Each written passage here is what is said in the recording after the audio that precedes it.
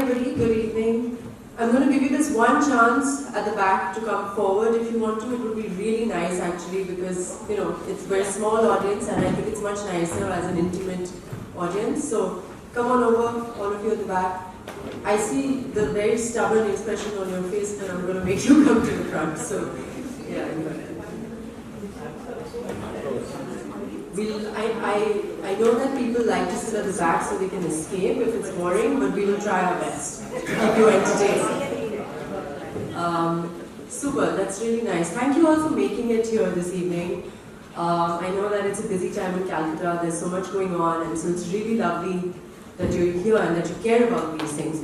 So, this is what we're here to discuss today, and I wanted to start by saying, usually when I dress for one of these panels or occasions, I open my wardrobe and I take out a beautiful sari or a beautiful handcrafted thing to wear, right? And I see so many of you are wearing beautiful things like that.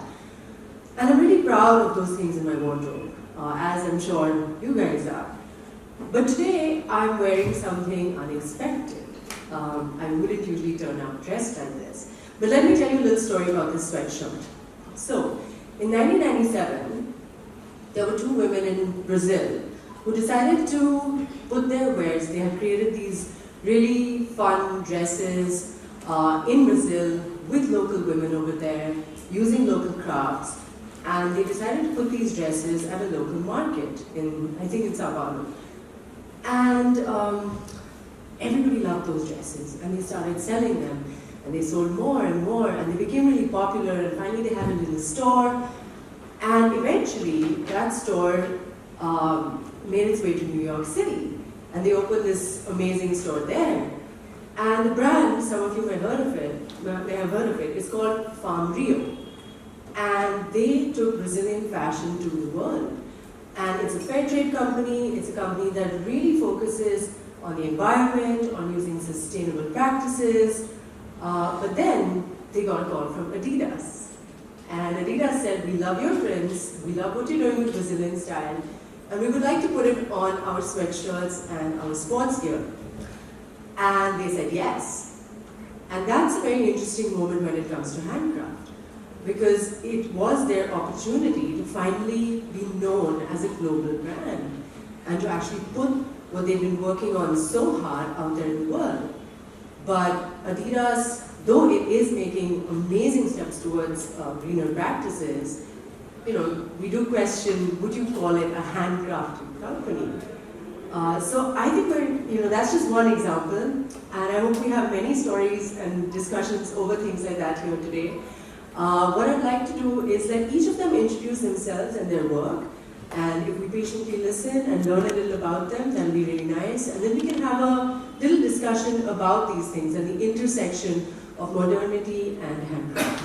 So, Swarup, why don't we start with you? Introduction? All about yourself. And if anyone has any slides of their work, please go ahead, a presentation. Super. So, hi, good evening everyone. I'm Swarup. I'm an interdisciplinary artist and a scenographer.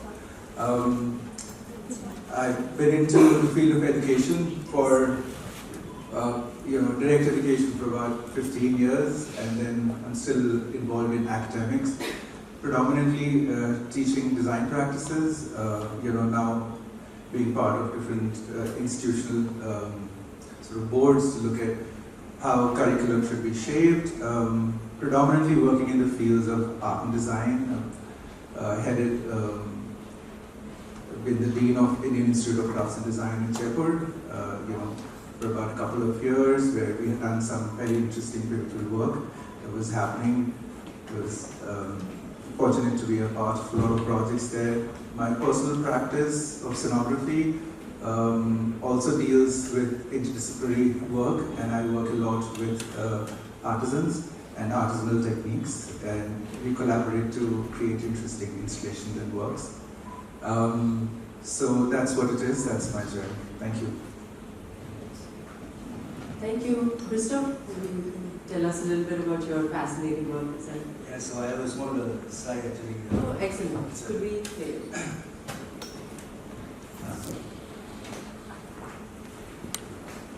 Furniture and Fitting Skill Institute, brand studio in Mysore, and my own company, Terra, and Don Bosco HLM. So Don Bosco HLM, next slide please. So some of you may have heard about it. It's an organization that takes care of street children, working in a hour session mainly with the child line and reaching out to young children and teenagers from the station. Next slide. So there is around 300, 400 kids in different homes by gender and by language, from children from Bengali medium or Hindi medium are separated to attend to different schools.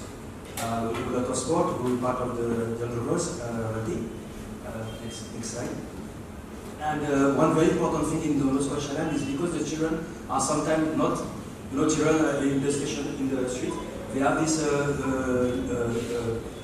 freedom of, not having to wake up in the morning, not having adults to tell them what to do. So they are very, they keep this freedom very clearly, and they are not also confident to join any organization or trust anyone because they've been constantly abused or cheated. So they sometimes decide late to leave the station. And in that case, if they are 13, 14, then what is the only option? We cannot send them back to school, where they will be tall lads in the middle of other children. We have to propose them some options which are technical training. So for the last 30 years, HLM is into technical training, and we have trained a lot of students in bakery, in welding. We work now with Decathlon on the cycling repairing, and we try to bring more technology into our trainings. So next slide. So this is a new project we have recently. We have decided to teach carpentry very seriously because we know that now with our partner in Mysore and the furniture and fitting sector skills, we know there is a huge demand into trained and skilled carpenters. So these are this promotion. We have a new promotion. Most of them have now gone to Mysore to work with our partner. Next slide. So these are the different skills that we teach. Such wood turning, carpentry, upholstery, machine programming, 3D designing, carpentry, and sculpture. Next slide. So this is how we work. We train in fundamentals, basics of carpentry, 6 months to 1 year. Then the students can decide to specialize. We have 3 specializations: CNC, 3D design and machining, sculpture, and upholstery. And then they can go and be placed by the furniture and fitting sector skill, or they can go to Graham Studio. Graham is a friend, is a companion. What we call companion in France is people from a guild of carpenter, and he came here for 2 years to work with me. And then later on he decided to open his company in Mysore. And it's a very successful company working with very high-end furniture. So our students go there and they get another level of fine craft. Next slide. So Terra is the company I created after working in HLM for 5 years. So we are a part of the Fair Trade Forum of India. We work mostly on the material. If we have to buy board or plywood, obviously are from FSC. And one very important thing is we work only with second-hand wood. And I'm very proud to be here with Nasrid because everything you see in wood here and in the library, everything is made from recycled wood. There's not a tree which has been felled for the whole Maximum Baban. And we're very proud of that. And only the German people could have decided that because they're the leader in that for many years. Yeah, but inspired by the German for the last 40 years, in Europe, they are the ones who show the right direction. So very proud to have been doing this work. It's, every time I come here, I feel very proud and happy to be here. Next slide. So we actually at the beginning we were thinking we would work with mostly street children. We contacted a lot of NGOs around Kolkata, Kolkata Rescue, Future Hope, New Age, New Light, all NGOs who were working, some of them with boys, and we got a call from New Age for the future. They were with four kids who were speech and hearing impaired, and we took the challenge to take them, and we did not regret to take this challenge because they were performing the best, because they were super focused and it really became a passion for them. Every evening they watch YouTube, they watch videos of carpentry. So we are now open to young people who have this handicap, which in carpentry is almost a success. It's a better chance for success. And this is our center, so it has a space and a playground. Next slide. These are the workshop. Next slide. So it's in Joka. It's a little bit further than Joka, the Rasa Punjab. Next slide. These are the images from the center. We insist on training on computer everybody, because today computer literacy is essential. Next slide. So these are the different work we propose in the workshop, and our intention, and I repeat it to Alok today because we expect to work with him, is to call students from university. I already work with technology. We want to take them here because we have the facilities to create prototypes, to develop, to communicate. The idea is to really make a mix between, you know, the carpenters, the craftsmen, and the students, the designers, who are sometimes very disconnected from the crafts. And I have observed in my short experience here is that there is a really big gap between interior designers, architects, and the craftsmen. And that's why most of the many projects fail difficulty, because this communication is not there. I was at Swarup because I know how much project you've done, and I've seen so many networks we work together. So I know you know the difficulty that can come from this miscommunication. Next slide. So these are the carving, the type of carving we do. Next slide. Upholstery. Next slide. Carpentry. So again, I'm still going to recognize a few pieces which is at home. Next slide. That's computer design, so that's 3D design, so it's getting more and more, it's becoming essential to know these skills. Next slide. These are wood turning and the CNC operating machines, which are, you know, in modern carpentry, you need this type of machine. And the last thing is that we are part of this project of World Skill. So World Skill is basically the Olympic Games of a craft. They happening since 1948. Every time there is the Olympic Games in Beijing, for example, there was in rugby. We have with street children and Paul Walsh and the future and Jungle Close, we have managed to bring children from the streets to playing for India. And we believe that we are going to make the same thing happen in India. And with the same techniques, the same way to encourage. And why we want this to happen is because we want to have young people who are carpenters, who are proud of what they do, and they feel, okay, I'm the top of India. This is my job. I'm proud of it. And that's the end of my presentation for our work. But thank you. Yeah. That was really lovely. We'll hear a little more about this amazing journey, because I can't believe that you came to India for war training essentially, and ended up with woodwork. Well, exactly. So over to you. Something. Yeah. I'm totally agreeing. So before it gets going, I just want to locate what I'm going to show you. So what I've chosen are a few images to share with you of the kind of work that I'm doing, artisans and me in collaboration are doing for the last 20 years since I started working independently. And I've taken a very narrow focus. So these are just crafts of Bengal, and there's even a narrower focus within that, which is I've just chosen crafts which are affiliated to the Durga Puja. So I'm saying this because you can imagine this is just a representation of a very small spectrum and what the real field is, the size of the field. So when I began working on my own independently with craft, my work started with the belief and the understanding that the main problem that I understood that the craft industry was facing was that crafts have been produced for hundreds of years, but for a community or for a market right around the artisan group. So they know the consumer intimately. Whereas what has happened now is that over the decades and centuries, the markets have become far away from the craft clusters. The craft is still what it used to be 200 years ago. but the consumer or the market has completely changed, and there's a huge disconnect between the artisanal force and those who are buying. So as a result, there's a big gap that I felt people like me could interface to be able to reconnect demand and supply. So with this in mind, I began to think of how to apply my thinking to the craft and the situation that it was in. Now ideally what would have worked was, I'm good at R&D. So I could have been the think tank and create examples of what can be done and bring multipliers to it. But in India, I didn't get an opportunity of funding to just sit and think and create prototypes.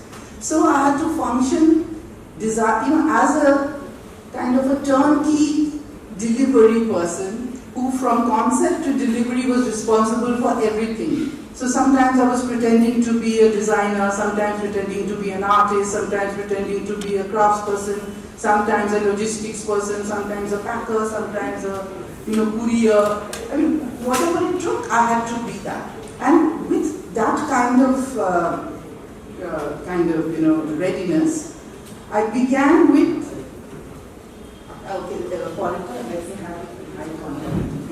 So these are very badly taken pictures because you can see the year, and I just depended on what others took. So I began with Chandanagar lights, and most of the work that I've done initially has been with seasonal craft, precisely because they do not have income for the rest of the year, and this high skill bank that they are is completely underutilized. So I took up Chandanagar lights first, and kind of on the top of my head just thought up of exhibition where the lights are freestanding panels but are going to tell a story within a gallery. And I think when you want to do things, there's some Shah Rukh Khan line like this, that when you really want to do something, this fine art comes together and gets you going. Well, that's the way it happened for me. So, I agree with her. So there was this person, the Belfast Festival, who was ready to fund me to put up this exhibition without any idea what I was capable of. And what I did with them was they just wanted something to be on Diwali. So what I did was I created freestanding animated panels like this. Here you can see, the way Indian Diwali is celebrated. The rest of it were panels which had important events from Ramayana. And because animation is possible in Chandanagar, we could do one part where Hanuman is showing the ring to Sita and Sita is blessing him. Just like you see on the streets, but the application changed. Thereafter, because I got another opportunity to create a piece of work for the London Festival, for the Mayor's Festival in London, where the brief was the journey of indentured labor from India to the Caribbean to London, to England. So I thought a leitmotif of a boat would be great. And this is the time when I started to work with Chandanagar and create lighting which was three-dimensional. Until now, all the lighting had been flat, what you see as decorations. So here was the first time that the artisans and I together with whatever, we thought up, we created this 80-foot piece in different parts, because you see what's important in doing this kind of new work is that it's not only you make a beautiful piece, but how do you get it to London? Will it take a travel of 3 months with salt water, with that kind of vapor? So there are lots of learnings and best practices that you pick up along the way that artisans and I learn while creating it. Next. So this is a more close-up, view of this whole boat, which was taken down the north and south bank of London near the Tate. And it was very high profile, as you can see, the mayor is standing and the MPs and so on and so forth. And Sridhar Das and his team from Chandanagar built it. Next.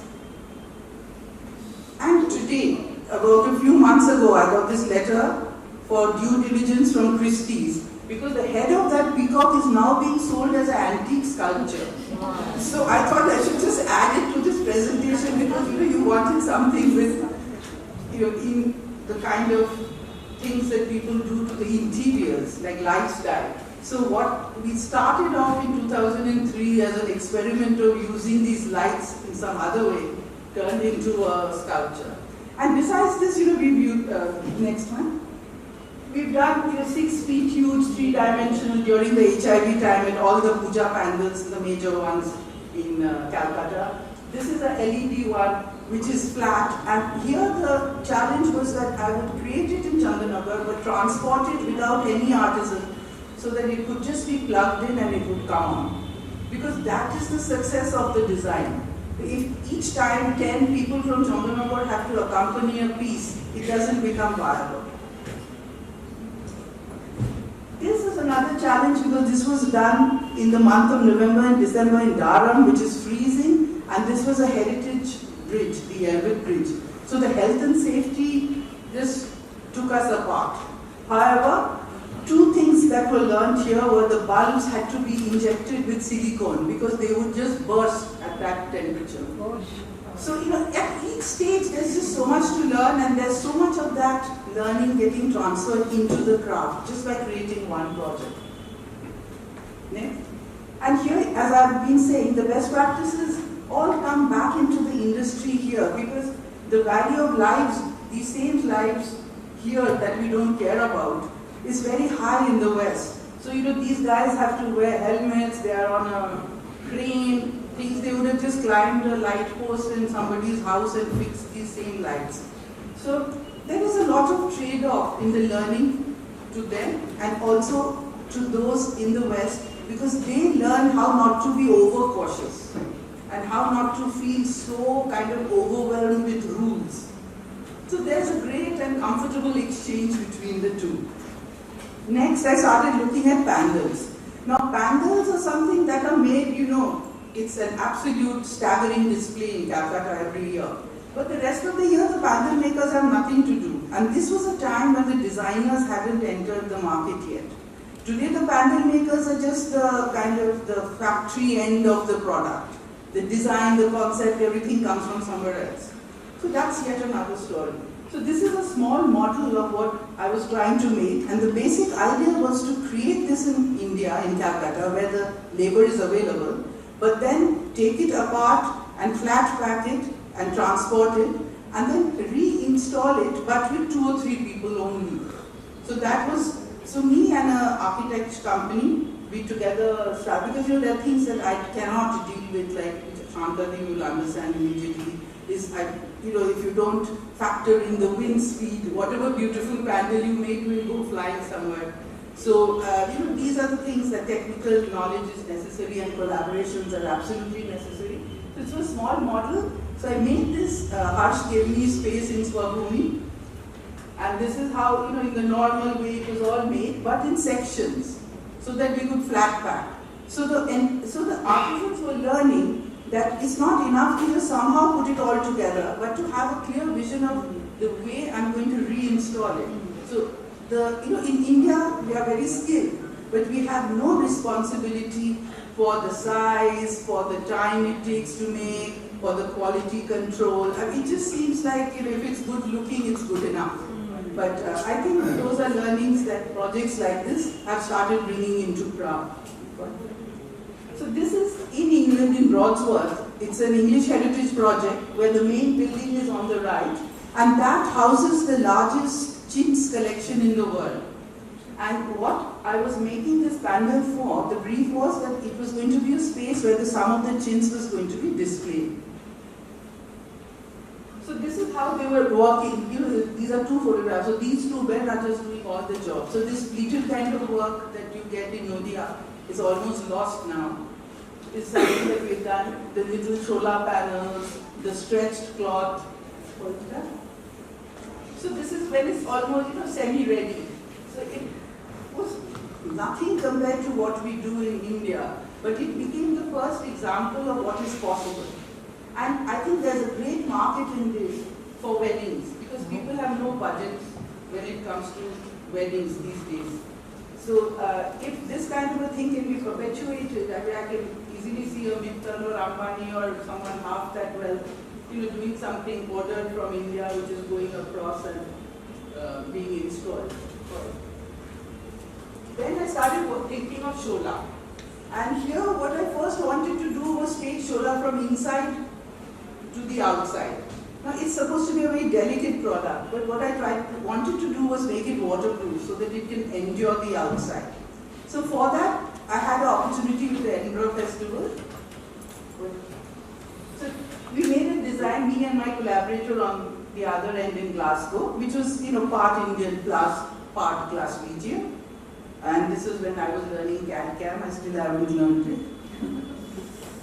So that armature, which is just basically very thin wire with stretched high quality plastic, was made to my design from India in Glasgow and kept ready in a big warehouse. And all the cladding that will go on it was made in Waterman and carried with us, and two of our artisans and me, we went. And so that is how we started cladding the whole thing. Now see, each time I do these things, these are things I just dream of. So I have no idea what kind of success I'm going to meet with or failure. But this is how it progressed. And then, after the cladding was done, we put another layer of plastic on it and then just heat sealed it. And it did not look tacky at all, because that was my fear, that it can start looking like cheap packaging. But we had tried it out a bit, on Korea. And this is how it stood. This is horrible pictures because my photography. But it looked like a gossamer dream in the middle of this beautiful park. Now after that, these are the recent things. The same Shola I've tried to find ways of introducing it into the wedding market, because weddings are budgetless things. So these are cabanas that are done with flowers, a bit of kalamkari and Shola pieces. These are like 9 foot, 14 foot, very high, large size paisleys, which we just put on the stage and just try to use them more and more to decorate. These are the very lower end, kind of torans, floating flowers, and there's no end to the artistry. So it's just a bit of creativity that you can put. I can see them selling like hotcakes at Shuli's store. These kind of flower decorations, so you mix Shola with something else. Most times people who want to buy this do not have the imagination. They don't understand this is how it can look. So sometimes if you do it for them, then it starts becoming a possibility. Then we've done a lot of lampshades, which have worked beautifully. But this is the highest end of the work. I try to, because the work is, if you do it well, the artisans are working like boxers at half their weight. This is the kind of skill they are capable of. All they are making is Durga faces and some silly decoration, which is what their market is. So this is the kind of, this is another Art Deco inspired kind of decoration, which is used like that. This is very high-end kind of, partitions that we are trying to make for walls. And with Shola again, I've combined it with Chow, and then we do large workshops with children. So, for example, this is New Zealand. So Chow and Shola together like this introduced. For example, a huge sculpture like this, but this can be made in 5 days for 4 hours a day with interactive with children. So it was tried out in New Zealand first, but then I've done it at KCC here also, so it's possible everywhere.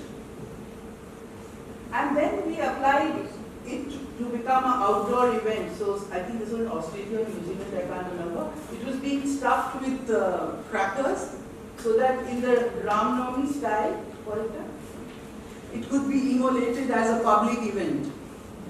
And that is the beauty of Indian crafts and the Indian philosophy, the transience of it. And similarly, we did HIV, thing with UNAIDS, and we're doing huge floor level table decoration. And the last slide, which I've kept, is, the main thing you have to do is, I think, of all the other activities, is respond and understand the market. And this is not my design, thankfully, but because Saraswati Puja is coming up, and these are things that I see. But this is, the way that even the market is responding. responding organically. Thank you. I have to. Hello, can you guys hear me? Yes. Yeah, so I was particularly taken by the image you showed us of the light installation on Durham Bridge, because my sister went to university in Durham and she called it the whitest town she's ever been to. And for her graduation, I'd taken a sari, and she said, no, you can't wear that. And she said, they'll actually think you're a circus act. There's no way you can wear that. It's really over the top for them. And I thought it was quite a subdued sari, actually. So, I would have loved to see the responses to that kind of huge Durga Puja-esque light installation that you put up in Durham, this very white little town. So, one of the things that I found was the theme. I hope you all enjoyed each of their introductions to their work, which is, profound in so many different ways. And actually, you were all using different names for the work you do and what you call yourselves. But the one that came to me is that you are ambassadors for the craft. In this world where there's this increasing sort of disconnect between, as you said, the end user, who's the client or the consumer, and the artisan. And so I feel you guys are almost ambassadors in that process, right? So one of the things that you all meant, and Swarup, I thought I'll start with you, or Christophe, if you want to take this. How do you, in your work, you often deal with clients, let's say, who have no idea of the artisanal side of it, right? They have no idea how much effort goes into it. I'm sure there's a lot of bargaining that goes on. We've all experienced that. Can you talk a little bit about that and how you deal with it? Do you think, as she said, is there a lack of imagination or is there a lack of interest even? I'd love to know a little more about your experiences with this, dealing with people who have no idea of how the handcraft is actually created. So, hello. Yes, there is. Unfortunately, the awareness levels are low. But that's why I think we are really working as catalysts in the process. Sometimes you do disseminate that information as to where it comes from, the man-hours that it put in, but sometimes people will just not be interested, which is all right. So it's interesting, I'll give you an example, in events we started using the bamboo armatures, and as soon as you say bamboo, just in perception, that they think, oh, it's not going to be, it'll not have finesse, it will look tacky. But if you just look at, the armature makers, which of course eventually they clad with paper and, a lot of colorful stuff come on it. But the first armatures are so architectural and beautiful that if you just paint the wireframe, they're just phenomenal sculptural pieces in itself. And in fact, I've done a whole series of sort of collaborative artistic work, with the bamboo artisans on that. But you just paint it and put it up, and they're happy paying, welding prices because they wouldn't know. So the point is that, events are, especially weddings, are such a big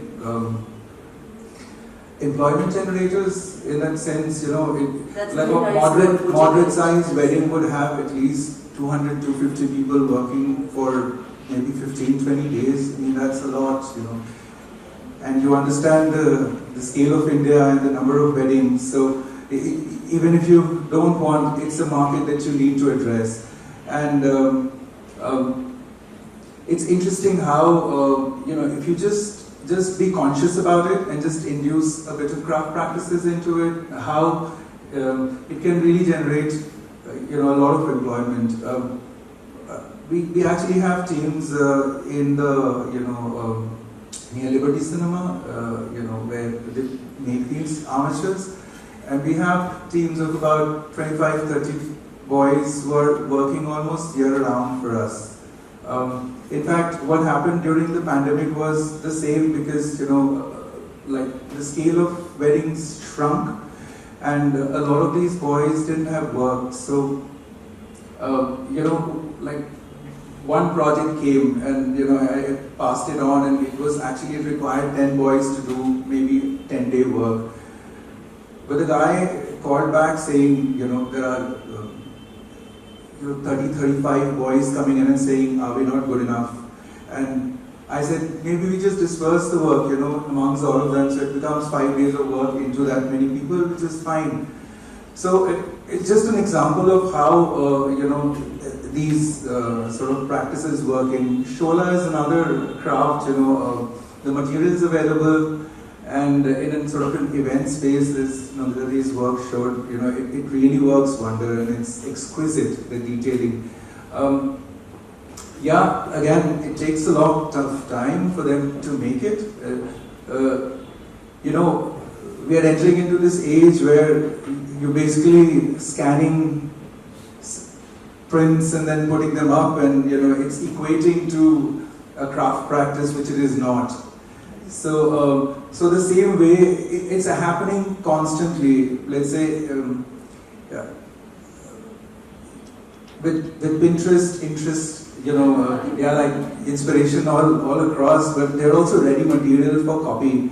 I'll give you an example. If you've seen, these work of these artists from Mathura, forgetting their paper cutting. Yeah, what is it called? Sanji. So so we were using Sanji for one project, and I actually wanted to get in touch with the artisan who make it, because we wanted a thematic spin around Radha Krishna, and they make some beautiful work. But the constant tussle with the client was that they said, oh, but like each one's going to cost me $5,000 into maybe 10 panels, but it's available on Pinterest. Why don't you just download and Also laser. But yeah, see, laser. These are real competition, and the craft has to accommodate that. Yeah, absolutely. You can't live in a very beautiful world where just because it's handmade it's good.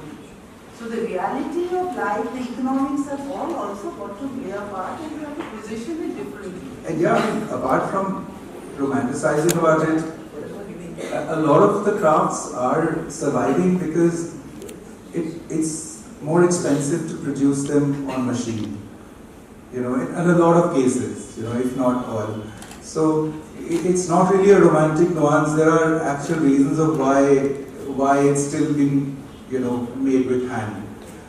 You spoke about Shola flowers and weddings, and for my own wedding, I got married in the mountains in Nepal, and it was January, and it was ice cold, and I spoke to the wedding planner there, and I said, so what flowers are we going to have? And they said, ma'am, there will be no flowers because there are no flowers in Nepal blooming at this time, but no problem, we will fly them all from India. And I was horrified. I said, you will fly flowers from India, and the carbon footprint of the wedding went up by this much. So I thought about it, and then actually Shuli came up with a beautiful solution. She said, I'll bring you Shola flowers. And because they're so light, it costs nothing to, add boxes or whatever. So very kindly, she actually just packed 5 huge boxes of flowers and carried them to Nepal, where we decorated the entire wedding with those, and it was a lovely opportunity to use the craft, right? But I liked a lot of what you said about employment, because, we see the beautiful product, but what we, I think, often forget is that the end goal is also to give a craftsperson employment. And I think, Christophe, I'd love if you talk a little bit about that, because you've done that so beautifully with your work. And of course, I think you were also going to talk about this problem of the disconnect earlier. I think you had something to say. Yes, what is interesting, I was listening. So, in Europe, material is cheaper and workforce is more expensive. So what makes a producer of quality, it is the end work which is done and the house paint on it, which are making the value. And it's completely the opposite in India. That means you will take the material is the expensive part, and the work is the cheap part. So people appreciate, okay, I'm going to use alabaster, or I'm going to use dramatic, so it's going to cost that much. But they don't see the value added by the worker. And one thing one thing I try to advocate, and I think the Craft Council also doing that, Nabanna also trying to do that, is to give appreciation to the work given by the craftsmen, and also to value, to celebrate this craftsman. And also as customer is to as you say, laser is a solution, CNC are a solution.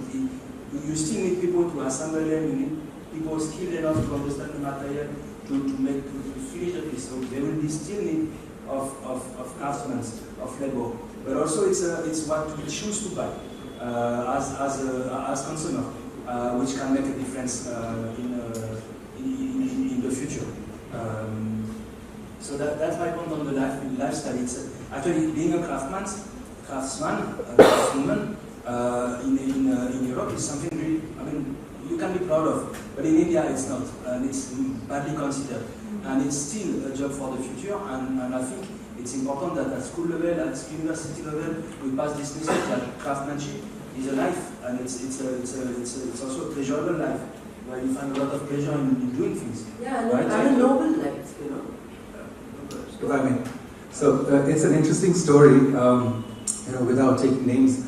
I went in for a jury to a design institute, and the kids basically come back after the documentation, and they were all very pumped up to say yes, craft needs to be saved. It was fantastic. So we went in, and so they went in to document Begumpuri sarees. So it's one of the cheapest sarees that in terms of price points, they're basically inexpensive sarees. Now what has happened is that the artisans, after they weave a saree, the amount of money that they're getting is very, very low. So, and anyway, they're kind of entangled with the Mahajans. So who are the one who actually give them all the yarns and they pay for the sarees. So it's kind of like they just paid for the labor.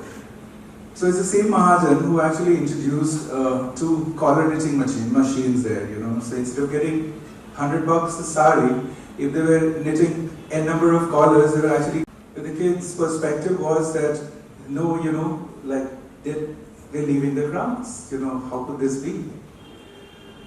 So it's interesting, so, I probed further to say, why don't you take it up yourself? Why don't you weave?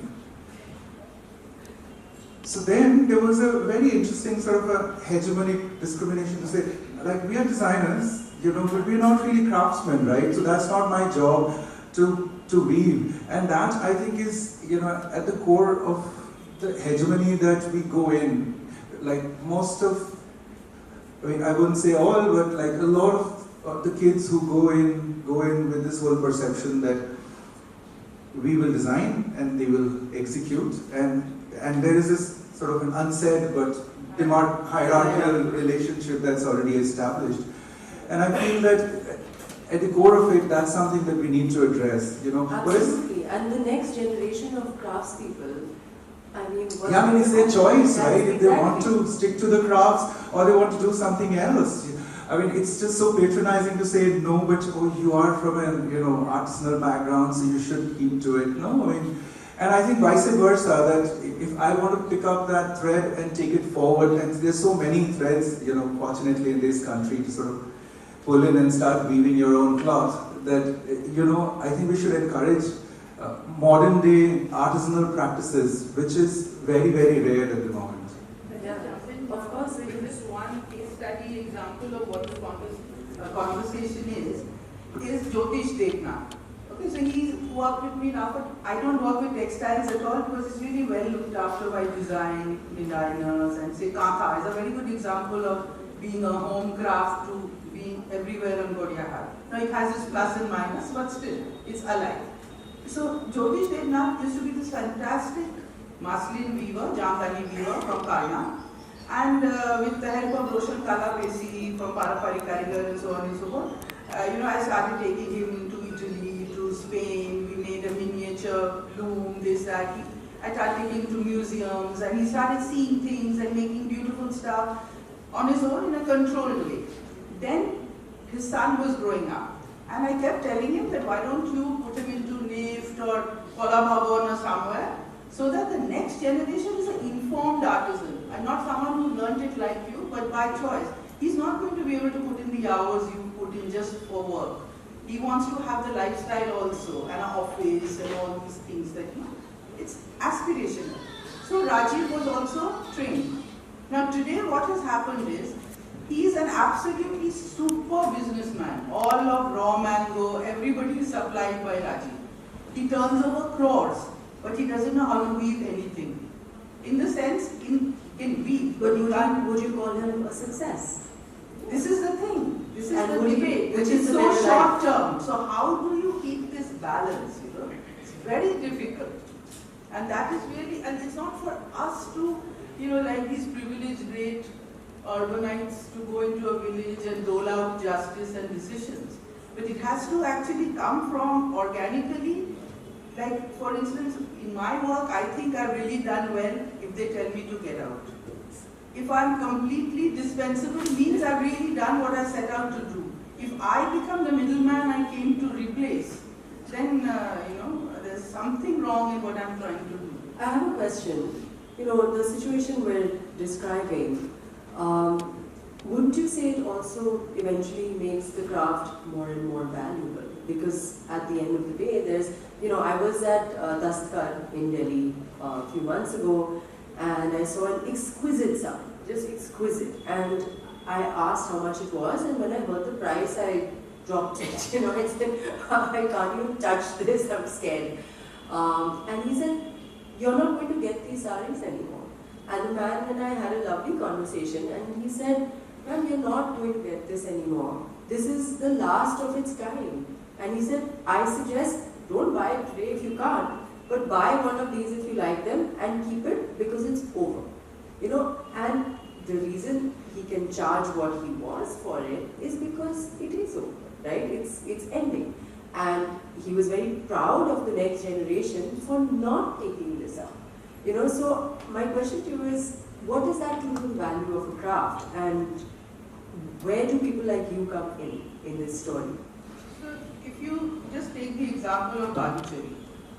Yeah, now there are two types of Baluchari. One is made in Banaras, that is the old style with the jala, and then there's the Jacquard Baluchari that is mass produced in Vishnupur area. Okay, now people who are collectors and who kind of, you know, vibe with each other, that I have this sari and you don't have it, sort of a conversation, are all into this jala thing. Now the price of that is not because there are fewer, it's not a demand-supply price. The price is today because the weaver knows how to hold his price. And he's actually charging what it costs him to make it, and the yarn and so on. Earlier they were not aware. They were just selling for whatever you could, yeah. So that has happened with all the NGOs stepping in. I'll say, you know, if we go back to the history of crafts in India, just try and like go more to understand it. You see, you could divide it into 2-3 categories, right? One set of crafts is what was practiced at the village level for barter, right? So every festival, you want to go buy, you know, earthen utensils and some sari, and somebody's going to do some carving for you. And these are all utility-based as well. They're all utility-based, but interestingly, there are cycles of cycles in which you need to discard the old and get the new in. So it also meant sort of an economic perpetuity, right? Which is quite interesting. So these crafts had its own market, you know, and they were mostly rural markets, very, very local. I mean, the second layer was patron crafts, you know, crafts which had gone to a certain level of finesse, which then had rich patrons who would patronize it, you know. And some of them then also became traded crafts, right, where people would come order like a pashmina, you know, and they would take 7 years to make one and send it back to Europe, right? So that's the gestation time when people were ready to wait for a piece, you know, especially, you know, post-Napoleonic times, pashmina stories are, you know. So textile, metal crafts, a lot of that. So that's the second category, you know. So those crafts were not really the ones which were affordable by common masses even then. you know. So, but they are results of, you know, immense sort of craftsmanship, hard work, attention to detail, like let's say a patola, right? Like if you just look at the process of, you know, the warp and weft, imagining the motif, tying it, dyeing it, multiple colors, and then weaving it and making sure that it comes together. Like what is about 2.5 lakhs for a study like that? You know, if you can and if you have the eye and you understand how much effort has gone into it, you would actually buy it as an heirloom.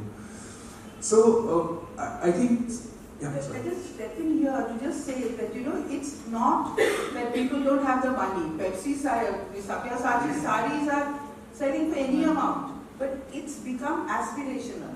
So the person who has 2.5 lakhs has to be able to understand that this is something to aspire for. And that is where people like me and all of us have That's what I was coming to. There is no, we have not been able to, you know, amongst us, Shantaji knows what's a beautiful sari, my mother-in-law knows, I know, so we are buying. But that's not enough for a market. So that aspiration of finding, you know, that this is something worth 3 lakhs or 7 lakhs. Why does Pepsi's thing sell for that? Because his label means that you arrive somewhere. So we have to be able to do that.